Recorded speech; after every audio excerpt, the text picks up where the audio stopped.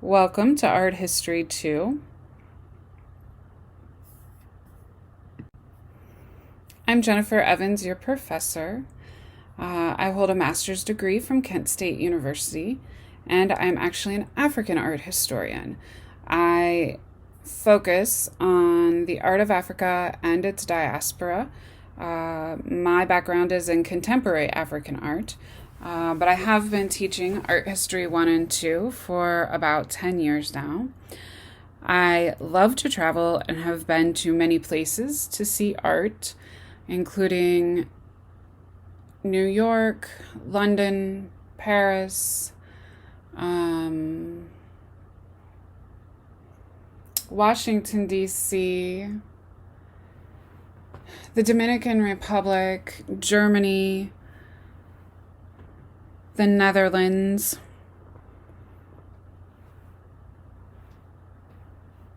That's all I can think of right now. San Francisco. So I've been quite a few places to see art. And one of the things that I've noticed is that no matter where the art exhibition is, art seems to stir a response in people that is passionate and that is attention drawing. So I hope that you enjoy my course and enjoy the excitement that I have for this subject matter, and enjoy the specialty that I have in non-Western art, because I'm always going to be asking you to look at the non-Western side of things, even though I'm actually teaching you the Western side of things. So let's take a little bit of time with the syllabus. I just want to explain some course expectations and where you find things within the course.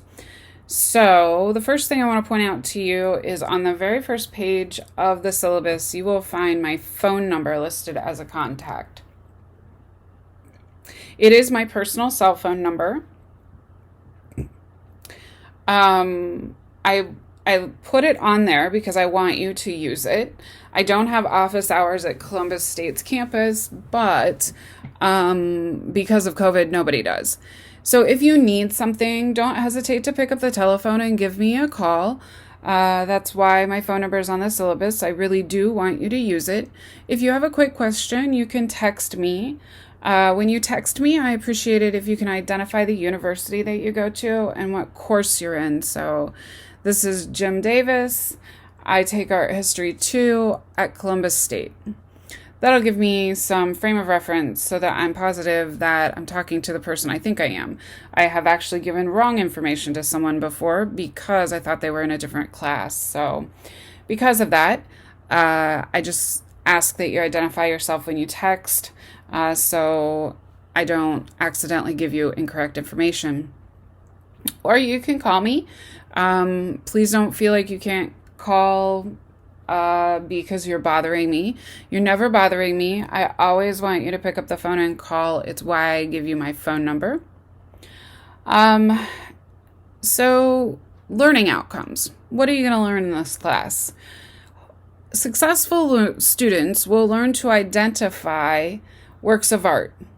You'll be able to identify major styles within works of art. You'll be able to identify particular artists. You will gain formal analysis skills. You'll be able to identify and discuss formal elements in the work of art, such as the color or the texture or the use of line. You will learn to visually analyze, to discuss ideas that are expressed in the work of art. You will learn historical analysis to explain why the art looks the way it does based on cultural influences, based on the artist's experience, based on historical developments that happen. Contextual analysis. You will begin to analyze works of art within the cultural and iconographic contexts. And critical analysis, you'll be able to use knowledge of the formal artistic elements, principles of composition and iconography, media, tools, and techniques to compose contingent interpretations. Boy, is that a mouthful. Basically, you're going to be able to talk about art. If I take you to an art museum, you'll be able to look at a painting and tell me more about what it is using proper terminology and in an educated manner. So let's talk about your textbook for a moment. The textbook that you see here on the right is yellow and has people all over it. It's a work of art done by Keith Haring. This particular textbook is a textbook that has both Art History 1 and Art History 2 in it combined. If you plan on taking both art histories, it would be worth your while to purchase this particular textbook. It is a hardbound copy, and you could get a prior edition than the one that I am using. If you get a prior edition, your page numbers aren't going to line up exactly the same as what's on the syllabus, and you might have a chapter or two that's moved around, so just be aware of that. But you can save a lot of money by not buying this particular edition. This hardbound textbook, because it has both Art History 1 and Art History 2 in it, is a large, thick, heavy textbook. The textbook that you see on the left with the modern looking building and the spider in front is actually a paper-bound version of half of the textbook. It is volume 2. It is Gardner's Art Through the Ages, Renaissance to Contemporary, volume 2. So if you decide that you want to get the paperbook textbook, be sure that you are purchasing volume 2. If you would happen to get volume 1 covers Art History 1, not Art History 2. So you need volume 2. Many of my students will say to me, do I really have to have the textbook? The answer is yes. If you don't have the textbook, you're not going to be able to do the exams. If you have questions about the textbook or you want to shoot me an email to say, hey, I'm just double checking, is this the right book? I'm happy to tell you, or I'm happy to review that for you, as well as if you want, you can use the ISBN numbers that are just below the textbook on the left. Those are the ISBN numbers for volume 2 in the paper-bound copy. You don't have to get the same edition. Just like I said with the hardbound copy, they're pretty much the same textbook.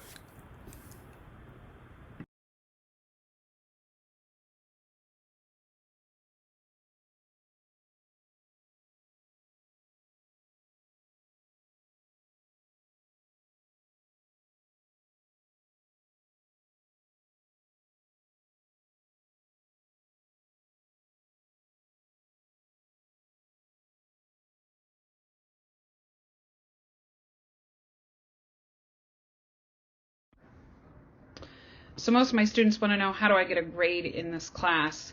Your grade is determined on a point basis. The points are recorded in Blackboard. You have 3 exams, each are worth 100 points apiece. Your homework assignments are worth roughly between 10 and 20 points each. It just depends on the week and how many questions there are as to how many points there are for each homework. That homework point total is added to the 300 points for the test total. Usually it's around 450 points, somewhere in there. So you can keep track of that point total on Blackboard.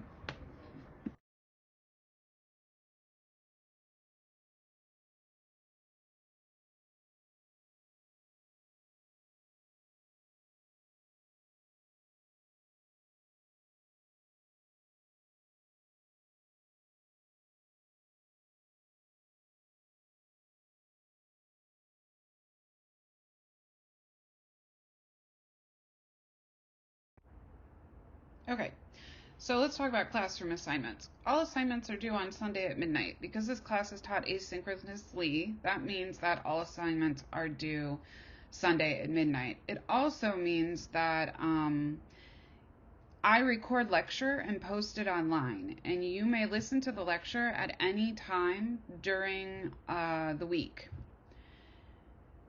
Your assignment is posted on Blackboard. It looks like a quiz or a test. It's labeled a quiz or an exam.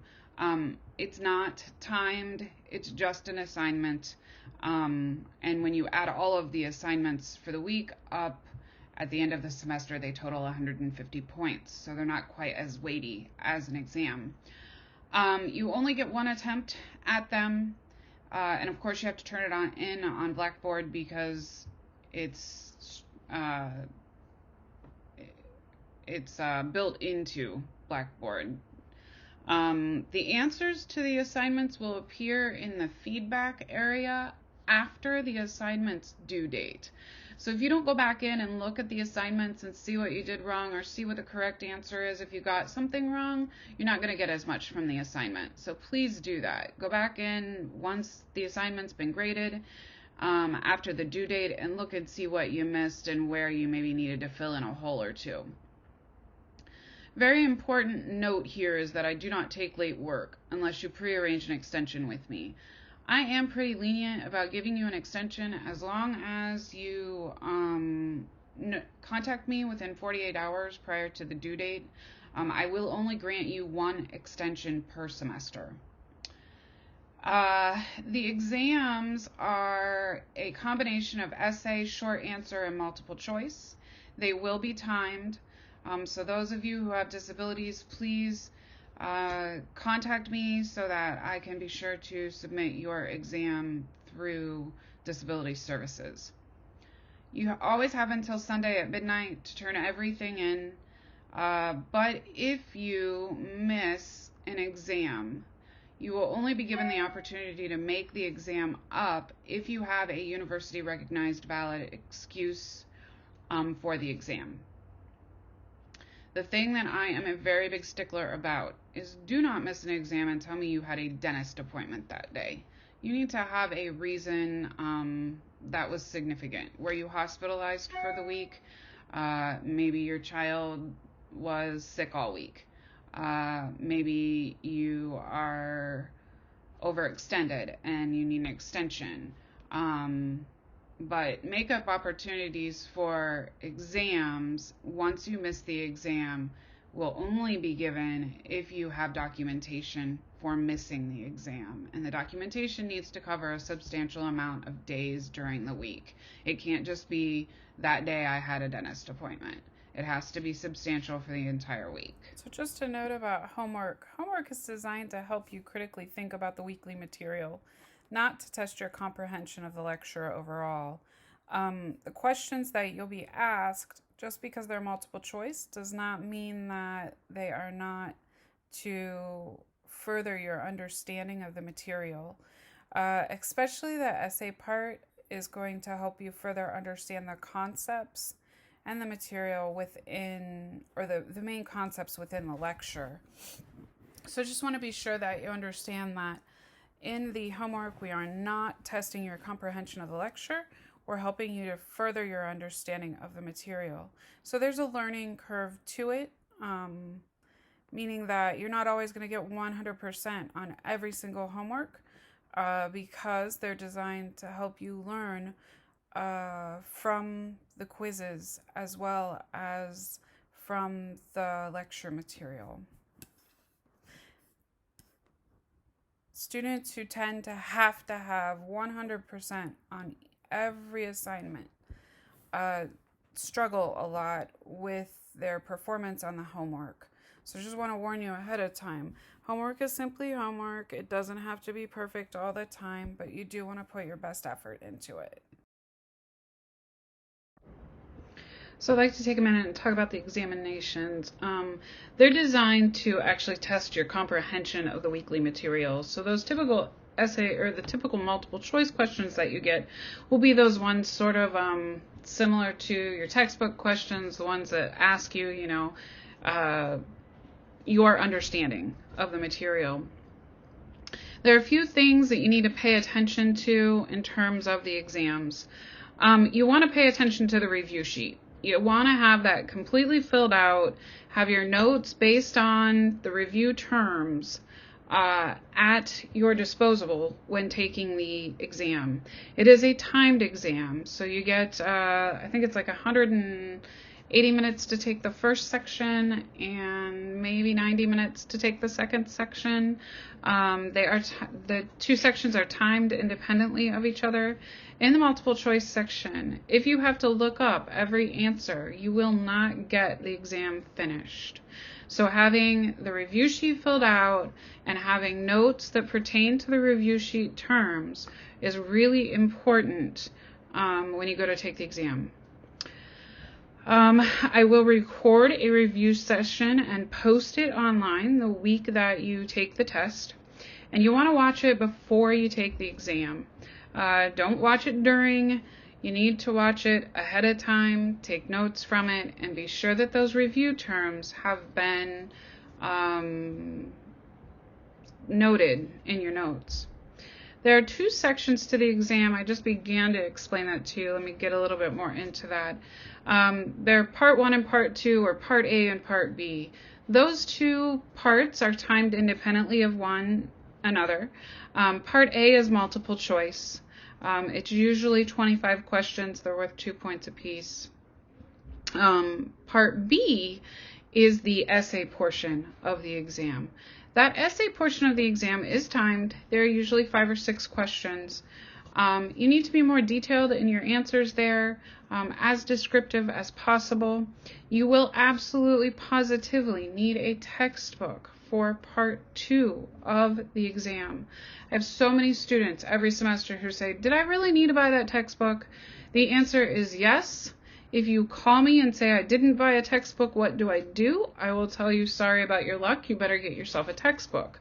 I don't mean to be mean, cross, or rude, but I have told you in the very beginning that you need a textbook, and if you do not get one, it will negatively impact your ability to answer the essay questions. You're going to want to go back and look at the questions after the exam is due. So in order to fully understand the testing process, you must go back and look at the correct answers and why they were correct. And that will help you get a better grade, especially on the essay portion, for the second midterm. If you don't do this, it will affect your overall score in the class. I find that students that don't keep up with looking at the correct answers end up not fully understanding the material. If you don't go back and re-look at the answers, you will not do as well in this course.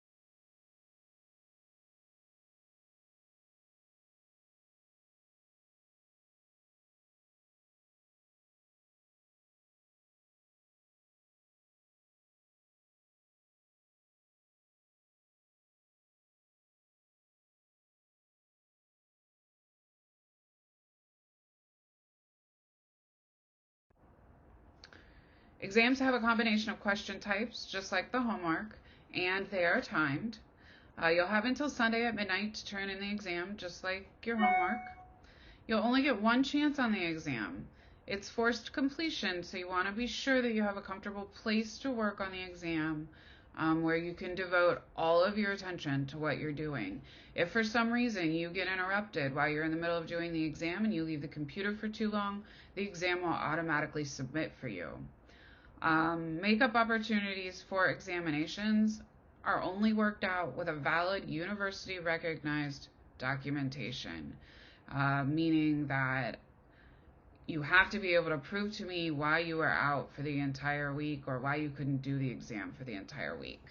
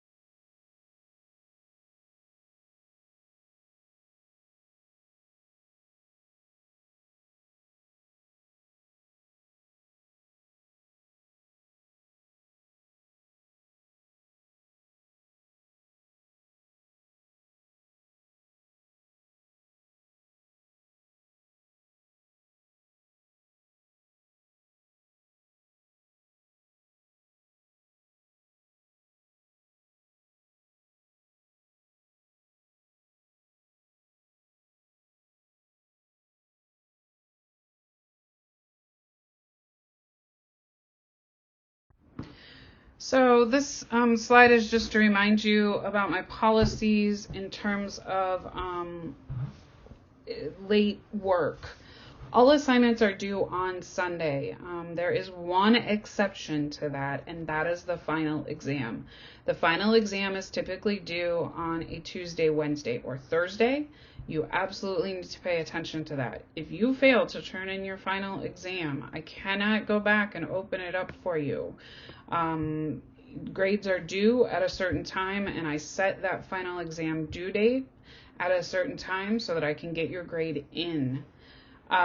Typically, I am pretty lenient about giving you an extension. I, however, will only give you one extension per semester. I need at least 48 hours in advance notice to give you an extension. And I want you to use that extension wisely. Typically, like if you're in the hospital or you're really having like, some sort of disastrous week and you can't get the homework in, if you email me and talk to me about the situation, I'm usually pretty understanding. I do understand when life gets in the way, but the main reason I do not take late work has to do with the fact that this is an online course. It moves fairly quickly. If you do not get your assignments turned in on the week that they're supposed to be turned in on, then you're trying to play catch up from the last week and not paying attention to the material for the current week. I don't want you distracted. So pay attention every week to the course material that's for the week and don't get behind because it ends up being very disastrous. So how much time should you expect to be spending weekly in class? Well, lecture is usually about 3 hours per week. If you were going to a physical classroom, you would be spending 3 hours a week in lecture. Every once in a while, you'll find that lecture takes like 2.5 hours one week and maybe 3 hours, 3.5 hours the following week. But I try to keep it right around your 3 hours a week. The university would expect that if you were in an actual classroom, it would take up 3 hours of lecture a week. As far as homework and reading and writing for the class, you're expected to spend 4 hours a week in homework. So that means between reading and writing the essay and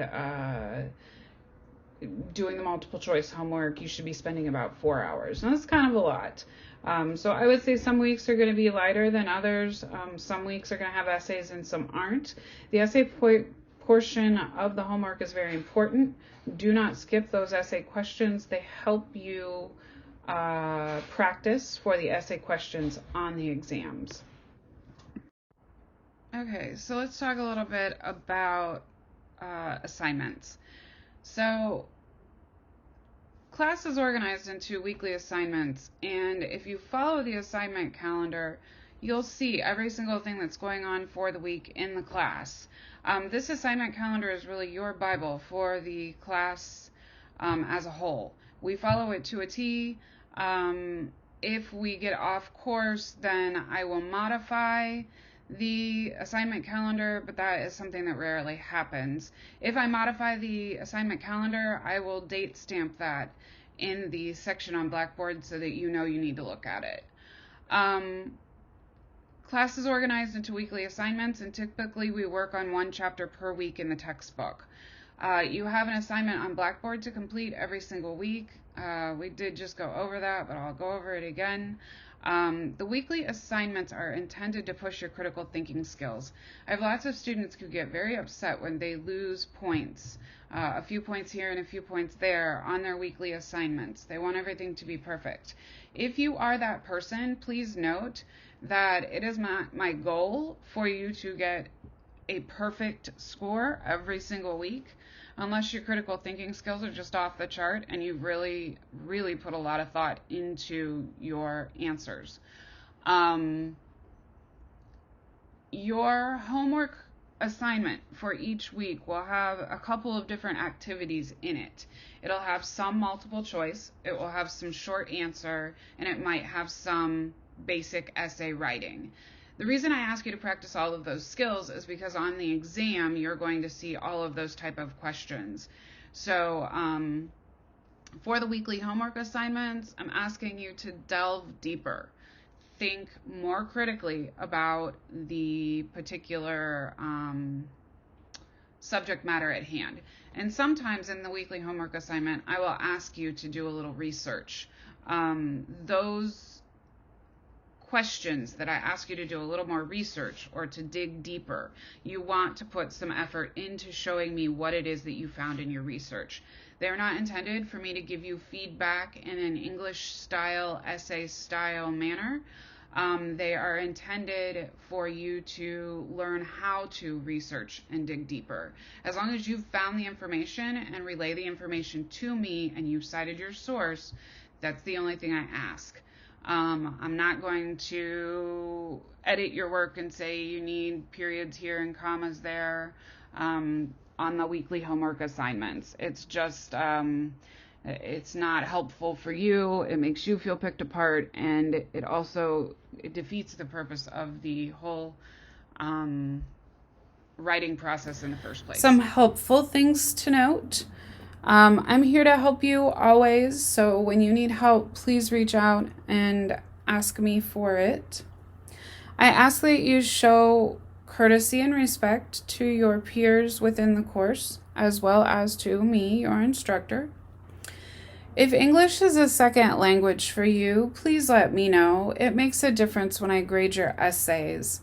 I'm never grading your essay based on grammar, but sometimes I won't always be able to follow you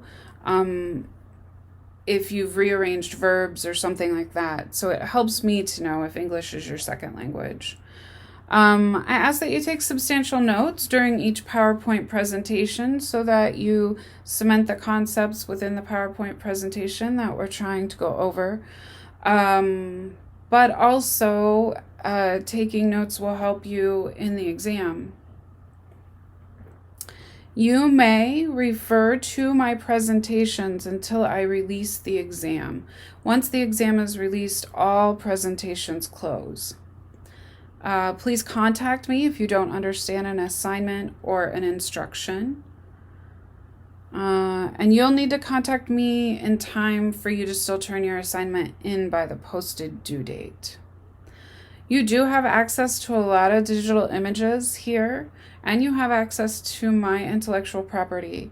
I ask that you do not distribute publicly my intellectual property without my written consent, or that you do not take notes and give them to other students publicly, sell your notes, sell my images, things like that. Many of the images that you see are images that belong to me. I've taken them in my travel study. Another short piece of advice that I have for you is to please advocate for yourself. Typically, that goes along with the syllabus statements that you can reach from the college. Your code of conduct, behave the way Columbus State expects you to behave within a course. And the Americans with Disabilities Act, the ADA.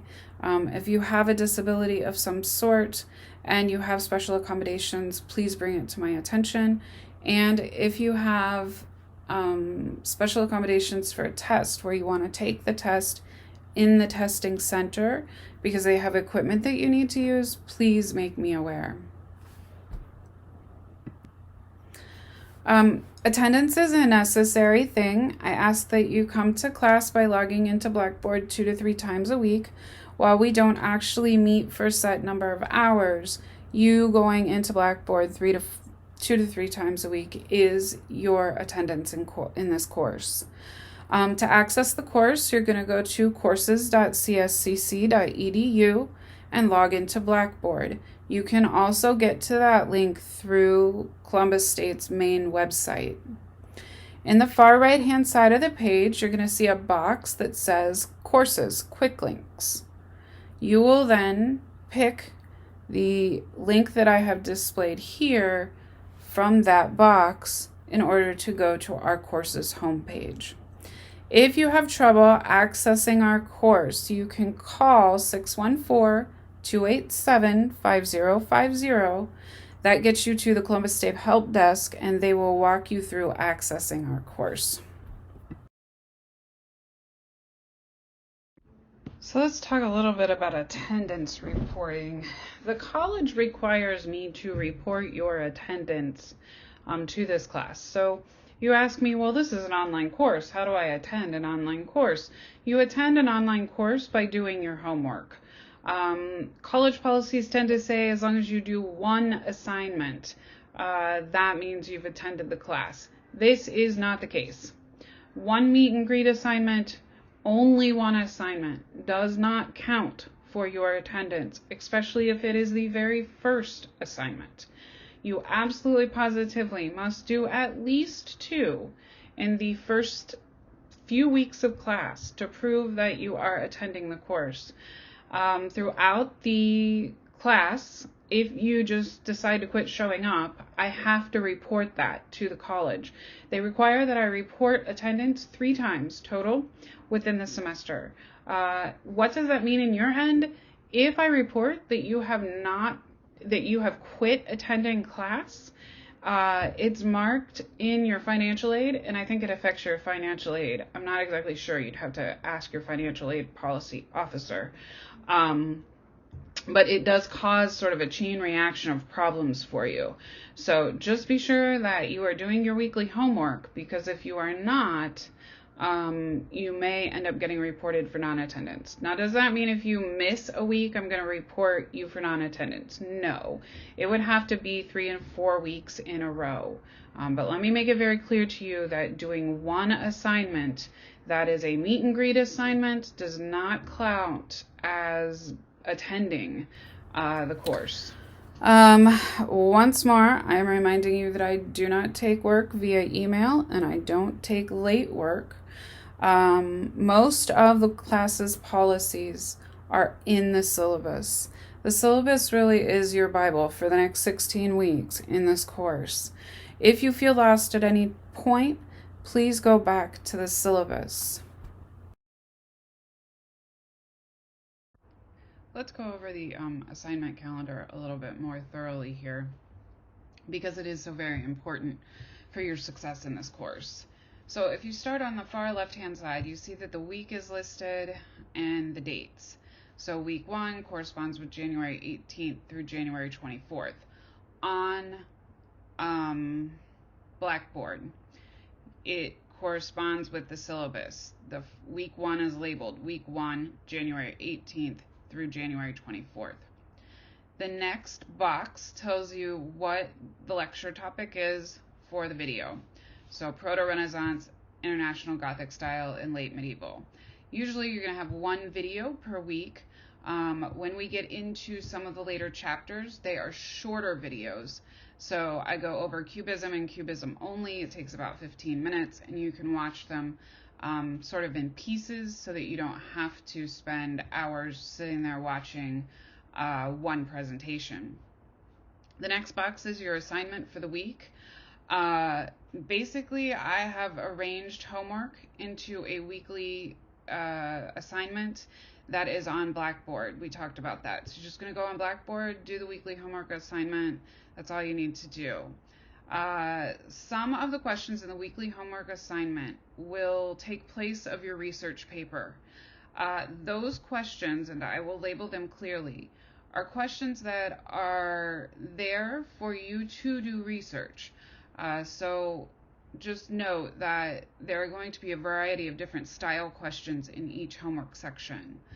Assessment methods, it just tells you what skills you're working on for the week. And then if you have an exam, that'll be listed there as well. And then the very last box is the due dates and other important information that you might need, like add drop dates, when offices on campus are closed.